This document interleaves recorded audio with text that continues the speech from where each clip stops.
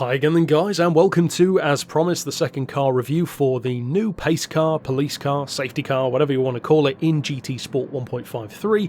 Of course, just like the Charger, it's 5,000 mileage points from the exchange, and straight off the bat there is one crucial thing, a crucial difference, in fact, between this car and the Charger, and it's not an obvious one. I don't mean that this has 300 horsepower and that has 700, it's actually a pretty notable difference, and that is in the decal and vinyl editor side of things, because currently a number of us are having a lot of issues, at least at the time of releasing this video. Myself, for instance, I cannot load any of my own decals, I can't load any of the decals that I've downloaded, I cannot even access any of my liveries, so yet again they've broken the game.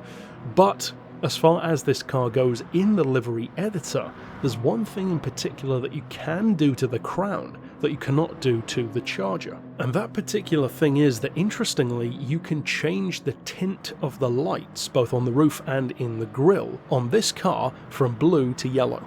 It's only a small thing, but it's interesting to note. You can kind of switch between authentic safety car and more of a police car kind of vibe, which is good to know. You know, if you hadn't noticed that, I'm sure it'll be helpful, depending on what kind of cop, I guess, you want to be in the lobby. Now, as I said with my review of the Charger earlier today, there's nothing that I can say about the performance or the handling of this car that's going to shock you.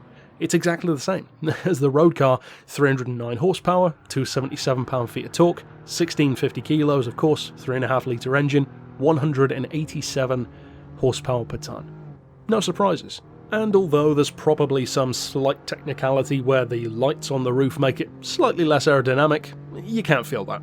In the game it makes no difference at all, so of course it's just a Crown with lights on it. But just like I said at the finale of my Hellcat review, I am still happy that cars like this have arrived in the game, because vehicles like this, as impractical as they are for career mode events and even for a lot of lobbies, I like the fact that they're actually embracing many of us in the broader Gran Turismo community who have had a lot of gripes with this game, because yes, it is a more pure racing experience of a game compared to the previous numbered installments in the series from 1 through 6, but at the same time they have added the occasional vehicles and features which are not necessary for a game like this, a totally sport-focused game. Stuff like the BRZ drift car, these safety cars, and a number of others too which are not necessary whatsoever in the grand scheme of a racing game.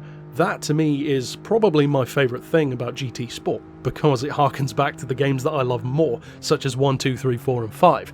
So I love the fact that cars like this are still being added, and doubtless some of it is preparation for the next game as well, future-proofing it if you will, but I think that that's cool because it has almost like a three-way benefit. You do future-proof it by having more vehicles in the next game, as I said. You do have the benefit of course, the people who want police cars and safety cars to use in cruise lobbies and cops and robbers events and that kind of stuff, and they are by far the people who benefit the most, and I'm very happy for those people. But also the third group is those who want to maybe choose to think about it a little bit more. As I said earlier on, the group of us who maybe do have gripes with the game. Because even though, of course, adding 2 police cars doesn't change the whole feeling of a game, obviously not, but it does at least harken back and keep in mind the idea of what made those older Gran Turismo games have such an oddball flair. Those kind of vehicles that weren't entirely necessary, but we love to see them. The Jay Leno tank cars, the Nike Ones, the Chaparrals, cars which became iconic. In fact, some of the most iconic cars of the series are cars which don't have a huge amount of use, and yet we love them. This, to me, kind of represents that, or at least as close to it as we've gotten so far in this particular game. And although many players probably won't see it that way, that's the way that I like to see it. Ultimately, in terms of how the car performs from just a handling and performance point of view, well, put simply, of course, just like with the Charger, you can click the link down below to check out my review of the regular Crown, and literally everything except for the class and price are the same. So all of my thoughts are already there in that review, so check that one out in conjunction with this. It's kind of 2 parts of the same review, if you want to think of it that way. Ultimately though, as I said, I will be doing tunes for both of these, and the Megane as well, and of course I will see you guys next time. But for now, as always, thanks for watching.